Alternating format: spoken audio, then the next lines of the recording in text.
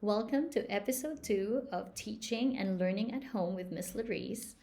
I am Miss Larisse, and this channel is for those of you who need a little bit of help of what you can do with your learners at home so that you can support them better. But a lot of the things that I will be sharing here can also be used or applied in the classroom if you are a teacher. So, on the first episode, we talked about how reading and writing are not subjects to pass in school. These are tools that we use to communicate and connect with each other.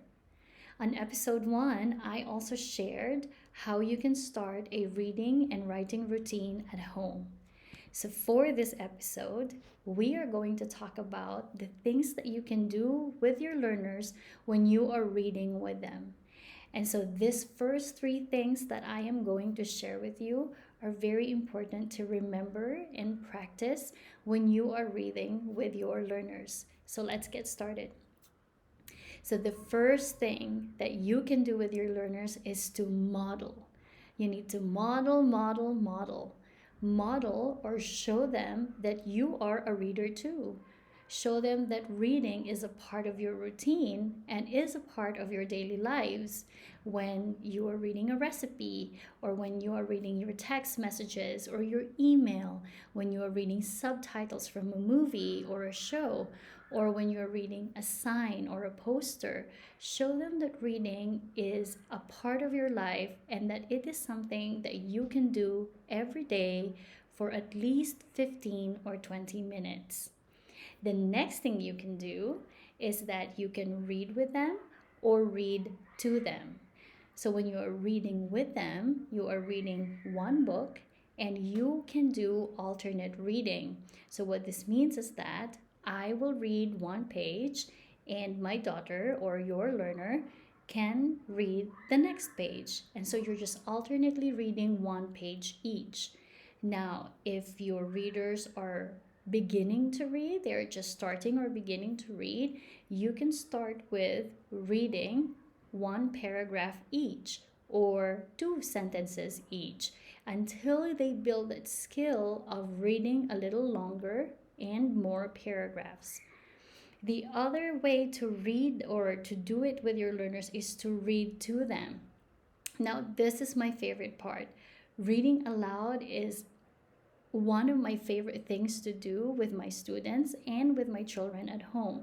So when I am reading aloud, my learners can actually see and they can copy from me on how I read with facial expressions, with emotions, when I stop so that there, because there is a punctuation or to emphasize something, they can also hear the tone of my voice, and when I have to change it, when there is a question or when I'm wondering, or in the part of the story that someone is angry and how that sounds. So there's just a lot of fluency that I could teach the children without teaching them, because they are just seeing it from me and then they can copy that from me. And also, reading aloud is really just a good way to have a conversation with my learners, to just talk about the story. And so, this is really one of the effective ways that I use to teach fluency and talking about the book or the story that we are reading. The third thing is exactly what I just said. Talk about the story. Talk about the characters of the story. Talk about the situations and the struggles or the victories of the characters that they can relate with. You can ask them, if you were the character, or if you were Harry Potter, if you were a grandma, if you were the mom, what would you have done? Or you can ask them, is this something that has happened to you before? So connect with them, connect them with the reader, with the character, or with the settings, the places that the characters have been. It is something that reminds them of something. So have a conversation with your readers about the story that you're reading.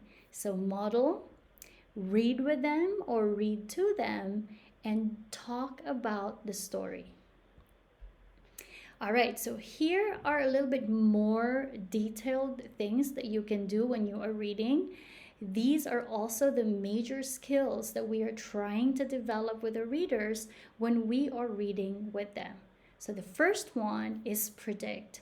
Prediction is basically trying to find out what could happen next or what would happen next. When you are predicting with your readers, they also basically have to pick details from the story so that they can make a reasonable prediction of what could happen next or what would happen next. The other very basic thing that we can do to begin with so that we can do prediction with our readers is to, first of all, just read the title and talk about the cover of the book. So, just based on the title of the book, for example, George's Marvelous Medicine, what do you think is going to happen to the story? Or what do you think this book is about? And if we look at closely at the illustration, at the cover of the book, what is happening? What is this boy doing? Or what is this man doing? And then we can just make prediction based on what we can see on the cover. And this is also a really good way to engage them or to get their attention or to get their interest about the book, just because you have started asking them, what do you think could happen? And then of course later on, while you are reading, you can pause at certain parts and then ask them, what do you think? What do you think could be next? The next thing you can do is to imagine with them or visualize. Now, there are a lot of books that are very descriptive, and it really describes the setting, or it describes the emotion and the struggles or the victories of the characters of the book, or the setting of where the story is taking place. And so when that happens, when you're reading and that is part of your reading, just pause for a second and ask your readers, let's imagine this for a minute. Can you see, can you hear, can you smell what the author was describing? And if you get a chance to ask them if they can draw it for you, draw the character.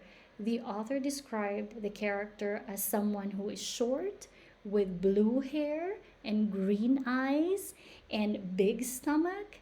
You can ask your readers to draw it for you, as they imagine it and you are reading it to them. So imagine and visualizing really involves a lot of creative thinking. And so this is a good thing to do when you are reading with your readers. The next thing you can do is to make connections. And in part, this is the same as, when you are talking to them about the characters. Connect them with the character. Connect them with the places the characters have been. Connect them with the characters' friends or parents, or being a brother or being a sister, being a friend, being a student. Try and see how they can connect this with what they have experienced before, someone they know, or something that is currently happening in the world. Is there something in the story or in the book that they can connect with? And this basically makes it easier for them to remember the story, make it really memorable for them, because they are making that connection with the story that they are reading. Next thing you can do is to ask questions. Now, when you're asking questions, or when your readers are asking a question while they are reading, there is a lot of thinking going on as they are reading. Now, we will talk about this a little longer. Under asking questions, think about the kind of questions you are asking or your readers are asking. So there are two types of questions. I've put over here the thin questions and the thick questions. So thin questions are basically questions that have one answer and one correct answer. A lot of the answers to the thin questions can come directly from the book. They can just pick it out, and it is the right answer. So for example, if you ask, who is the villain? Or who is the main character? Or where is the setting? When was George's pet ran away? Where did it ran away to? run away too. And so these are all questions that have one answer, and they're usually easy to answer because it's directly from the book. Thick questions are questions that the students have to think a little deeper and dig deeper, so that they can explain their reasons or their answer to the question. So, for example, you can ask or encourage your readers to ask questions that start with "What if?" or "How would you feel if?" "I wonder." "I wonder why." "How did?" "What would happen if?" Another example that I could give you is when I read Goldilocks and the Three Bears to my students. And one of the thick questions that we ask is that, why is Goldilocks walking alone in the woods? Where are her parents? Why did the bears leave their door unlocked? Would you leave your doors unlocked? So these are questions that have different answers and different kinds of answers that you can get from your readers, and just a lot of thinking and also a lot of conversations happening. All right, that is asking questions. Now, infer. This is another thing you can do when you are reading. Inferring is basically looking for details or clues from the story that could give an answer to a question. So, a lot of inferencing happening when it's not directly mentioned in the book, but the students or your children are putting things together and making conclusions or making assumptions based on the details of the book. So I think inferencing is something that we can talk a little bit more about on another episode. But it is basically looking for clues or looking for evidence to support their thinking of what they think is happening in the story. All right, the last one that you can do is to summarize. You can summarize a chapter, you can summarize two chapters, you can summarize the entire story when it is over. Summarizing is a skill and something that we want our learners to learn because it allows them to sequence important events or to put events in the correct order. So, this is a very good skill so that they remember what's happening to the story, and also they can follow the characters throughout the story. All right, so these are the things that you can do: predict, imagine or visualize, make connections, ask questions, infer or look for clues or evidence or details from the story, and summarize. All right, and so all of these things that we just talked about falls under reading is thinking. And many times I would ask my students, do you agree with this statement? Do you agree that when you are reading, you are also thinking? And based on what we just talked about, you can see how there is a lot of creative and critical thinking skills and analysis involved when you are reading. You know, as part from enjoying the what you're reading, enjoying the characters, the book, or what's going on, there's also just a lot of thinking going on when you are visualizing, when you are making connections, when you are asking questions, when you're looking for details in the book, and when you are summarizing. Remember that reading is thinking. All right, everybody, that's the end of episode 3. I hope that you find that helpful. And if this is something that you think could help you support your learners at home, please subscribe to my channel, and also don't forget to press the subscribe or the notification bell so that every time I post a new video, you get notified. And if you have any questions or if you have any suggestions of what else you would like to see in this video, please put it on the comment section below. Thank you very much, and I'll see you on episode 3.